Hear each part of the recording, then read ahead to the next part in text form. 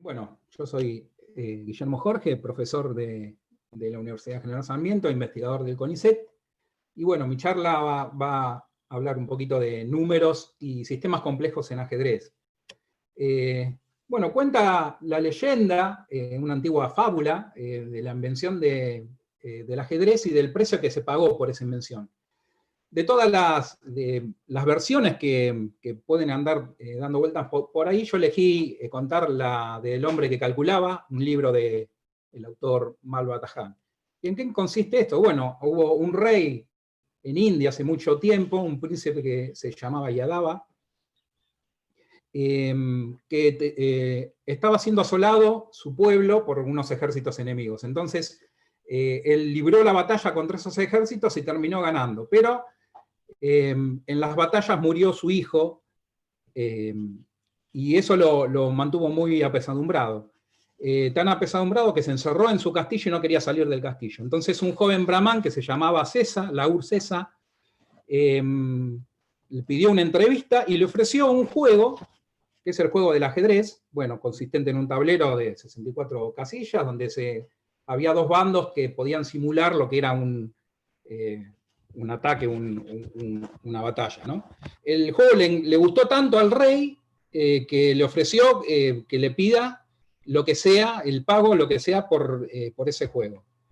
¿Está bien? Y lo que hizo, lo que dijo el Brahman César fue lo siguiente: dame un grano de trigo por la primera casilla del tablero, 2 por la segunda, 4 por la tercera, 8 por la cuarta, y así duplicando sucesivamente hasta la 64ª y última casilla del tablero. A lo cual el rey le dijo, bueno, está todo bien, pero me parece que estás un poco loco porque eso no es un precio, no es ningún precio, digamos. Todos saben que con un par de sacos de granos de trigo yo te voy a pagar, esto no puede ser. Y entonces le pidió a los matemáticos del reino que calculara. Y bueno, este fue el cálculo que les hicieron los matemáticos. Fíjense, acá yo estoy haciendo, esto es una demostración que hice en un tablero de ajedrez. Entonces el precio constaba en poner un grano en la primera casilla, que sería en la A1, por ejemplo, 2 granos en la segunda, 4 en la tercera, 8 en la cuarta, 16, 32, 64, 128, así sucesivamente. Fíjense que la cantidad de granos va siendo 2 a la 0, que es 1, 2 a la 1, que es 2, 2 a la 2, o 2 al cuadrado, que es 4, y así sucesivamente. O sea que la cantidad total de granos iba a ser la suma de todos estos hasta llegar a la casilla 64, que va a tener una cantidad de granos de 2 a la 63, porque empezamos en 0, ¿no? Entonces la 64 va a tener 2 a la 63. Entonces los matemáticos dijeron, bueno, ¿cuánto da todo esto? Hicieron la suma, calcularon la suma de todos estos elementos, 1 más 2 más 4, así sucesivamente, hasta 2 a la 63, y ese resultado es 2 a la 64 menos 1. ¿Qué pasa? ¿Cuánto da eso? Cualquiera podría pensar, bueno, 2 a la 64 menos 1 no es un número tan inmanejable, digamos. Bueno, acá está el resultado que dio. El resultado es este número que no voy a leer, pero son como 18 trillones o quintillones, dependiendo la definición de billón que hagamos. Los anglosajones hacen otra definición, pero es un número muy grande y que ni siquiera podemos imaginarnos qué cantidad de trigo es esta. Bueno, para poder imaginarnos qué cantidad de trigo es esta cantidad va a ser una cantidad que podemos expresar con este número, 2 por 10 a la 19 granos, ¿está bien? Y vamos a ver, eso correspondería a esta cantidad de toneladas, tomando digamos, lo que pesa en promedio un granito de trigo, esta cantidad de toneladas de trigo. La producción mundial del año 2017 fue esta cantidad de toneladas, 772 mil millones de toneladas. Entonces, tomando, por ejemplo, la producción mundial de trigo en el año 2017, esa cantidad de granos de arroz que pidió el Laur César por el juego, corresponde a 1.195 años de producción mundial de trigo. ¿Está bien? Entonces, los matemáticos le dijeron, mira, no podemos pagar esta cantidad. Y bueno, el joven, en esta versión de la fábula, que es la más benigna, renunció a su recompensa y fue nombrado ministro de la corte y fue consultor del rey por muchos años. En algunas otras versiones de la historia directamente el rey lo mata porque no le puede pagar la cantidad que él pedía. Pero bueno, esto viene al cuento del rápido crecimiento que tiene esta función, que se llama la función exponencial o el crecimiento exponencial, ¿no? Empezamos con 1, 2, 4, 8 y llegamos a 64 con una cantidad que es inmanejable para la imaginación humana. Esto viene a cuento también por algo que está muy en boga en estos tiempos, que es la enfermedad del COVID, que tiene este tipo de crecimiento, obviamente en un lapso, y después eso se cambia, por suerte. ¿Está bien? Si vemos, por ejemplo, en la Argentina, al 31 de marzo había 1.000 casos, al 22 de mayo había 10.000 casos, al 12 de julio había 100.000 casos. O sea que se estaba multiplicando por 10 cada 50 días. Y uno podía esperar que para esta fecha, el 30 de agosto, hubiera 1 millón de casos. Por suerte, no es ese, estamos en los 400.000 creo por ahora. No siguió cumpliendo la tasa de multiplicación por 10, porque se detuvo un poco. Pero si seguía esa tasa de multiplicación, ahora estaríamos con 1 millón de casos. Lo mismo para el mundo, la tasa de multiplicación por 10 es más o menos de 85 días. Si imaginamos cómo podría ser un ajedrevirus, digamos, una enfermedad que al igual que las casillas del ajedrez, cada día se duplicara la cantidad de nuevos contagiados, esa enfermedad, empezando con un solo contagiado, tardaría entre 31 y 32 días para contagiar a toda la humanidad. ¿Está bien? Esa sería la comparación. La rapidez que tiene este crecimiento exponencial, una función tan particular. Bueno, relacionado con esto está, y relacionado un poco con la charla de Guido anterior, este señor se llama Claude Shannon, y en el año 1950 él publica un paper en donde establece de manera teórica cómo debería funcionar un programa de computadora que juega al ajedrez. Para eso quiso establecer un número aproximado de posibles partidas de ajedrez. Entonces, el razonamiento que hizo es lo siguiente. Él dijo, bueno, más o menos una partida dura unos 40 movimientos de cada lado, y en cada movimiento hay aproximadamente un promedio de 30 posibilidades de mover cada uno de los jugadores. ¿Está bien? Entonces, si hay 30 posibilidades de mover en 40 movimientos cada uno, va a haber una cantidad total de 30 elevado al 80 posibles partidas de ajedrez. Esto es algo así como 10 a la 120, las variaciones desde la posición inicial. O sea que el número de partidas, y estamos hablando de partidas razonables, no partidas que son ridículas, ¿no? Como por ejemplo empezar a mover todos los peones de uno para adelante.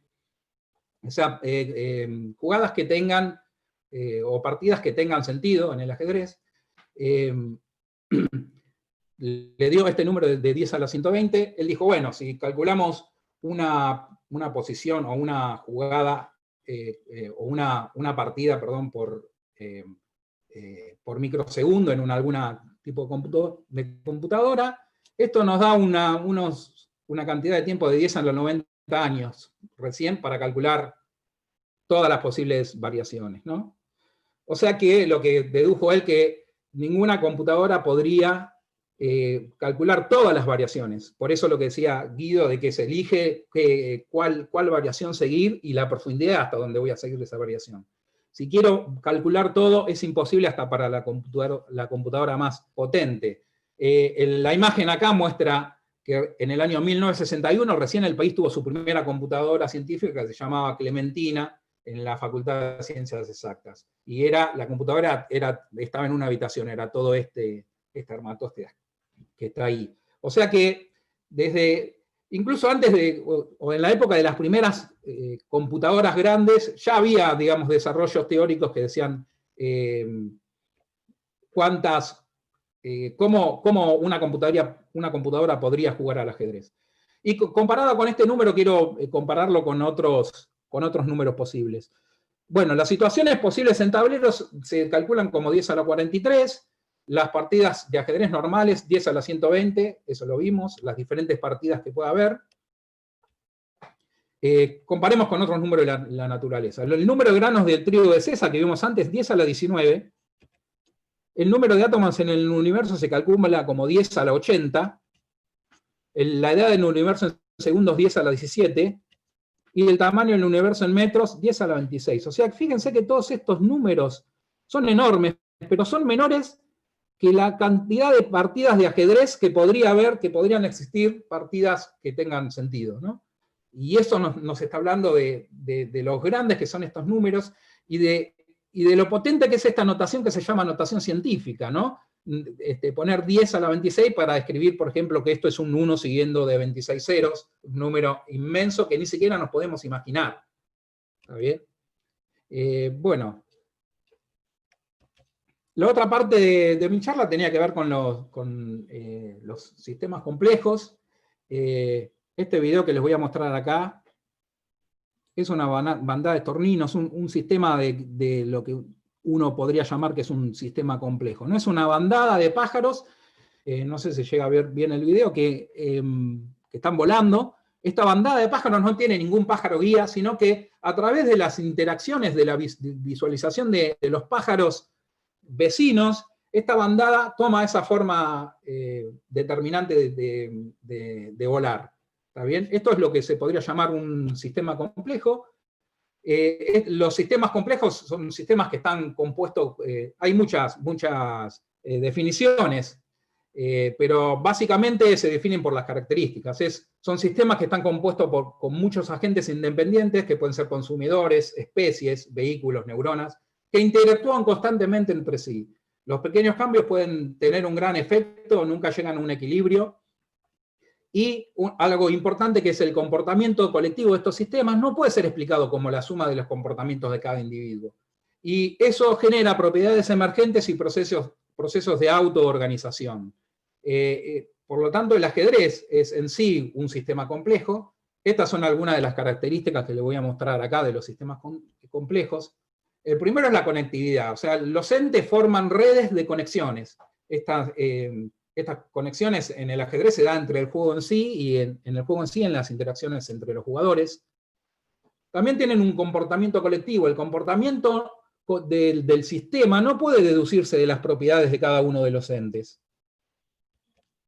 Otra propiedad es que tiene agentes diversos, o sea, obviamente en el ajedrez hay jugadores con diferentes niveles. Son sistemas que tienen agentes adaptativos. Estos agentes aprenden, ¿está bien? Procesan la información y hay enseñanza e investigación, en este caso, y experiencia en el juego. Esto es muy importante.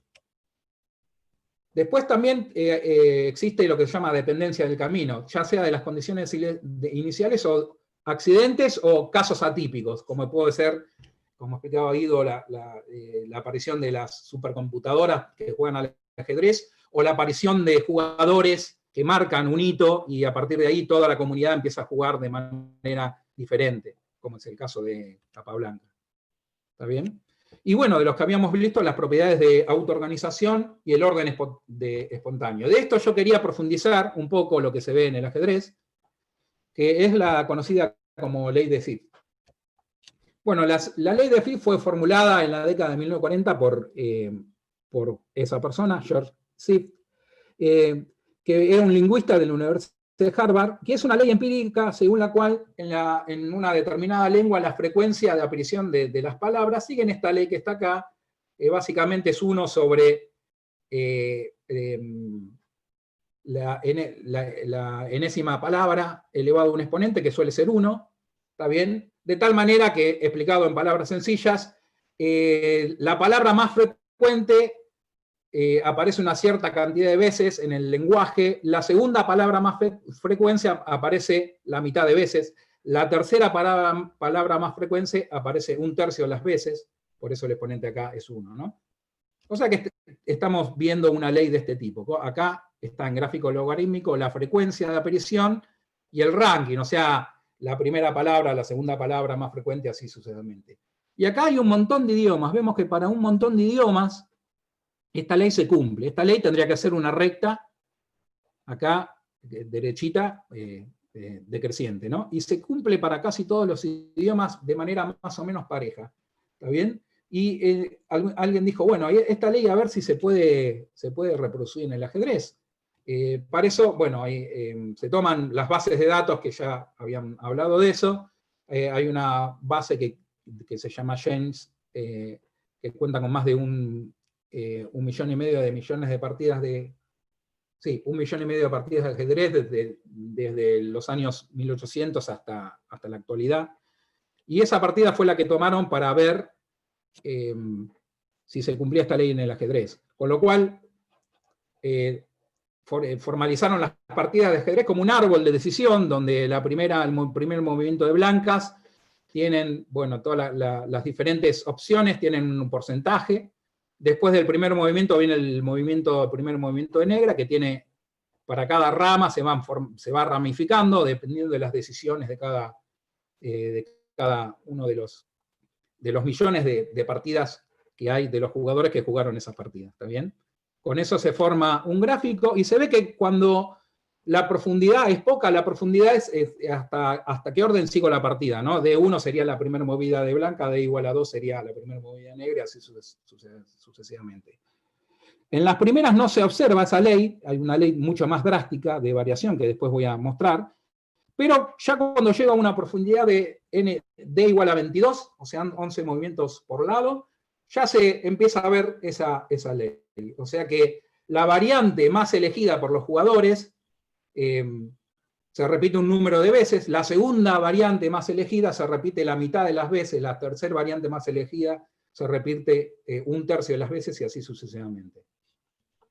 Esto es muy interesante porque son dos sistemas que están dados por relaciones humanas, ¿no? Después voy a mostrar que también se da en otras condiciones.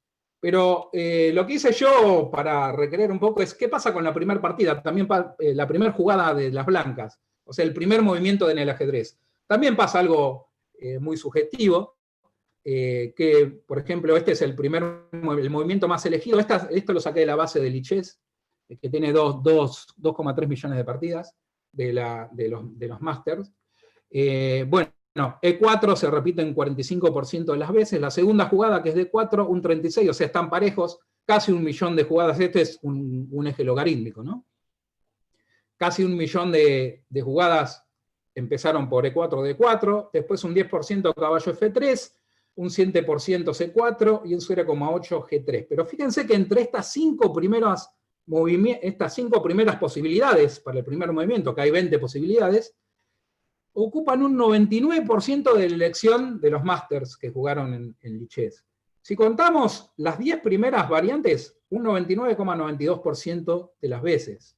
¿Está bien? Si contamos las últimas, o sea, ¿cuál se jugó menos? Fíjense, por ejemplo, en esta base de datos, F3 sería la jugada menos elegida con casi 10 o 11 jugadas de 2.300.000, que corresponde a 0,005%. ¿Está bien?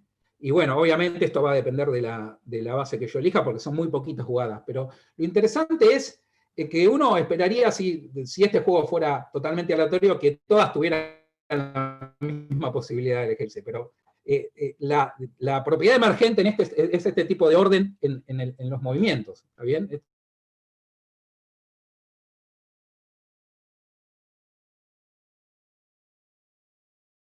En población de ciudades, no voy a detenerme en los casos, pero si quieren, acá pueden ver más casos, muchos procesos sociales, incluso naturales, ¿no? Los idiomas, como el mismo, la frecuencia de apellidos, la distribución de riqueza, el diámetro de cráteres en la Luna, por decirlo, magnitud de terremotos, venta de libros, llamadas telefónicas recibidas, citas de trabajos científicos y visitas a página web. Todos estas cosas que parecen tan disímiles siguen las mismas propiedades, propiedades emergentes de los sistemas complejos, en este caso la ley de Zipf. Bueno, llegando ya al final, unas palabras finales. Con respecto a esto último de los sistemas complejos, el estudio de este tipo de propiedades emergentes en sistemas complejos como el ajedrez pueden ayudar a interpretar los procesos de toma de decisiones en otras ramas de las relaciones humanas.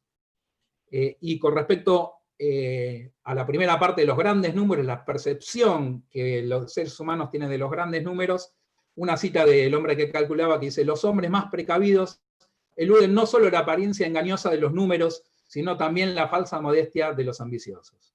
Así que bueno, muchas gracias y quedo a disposición de ustedes.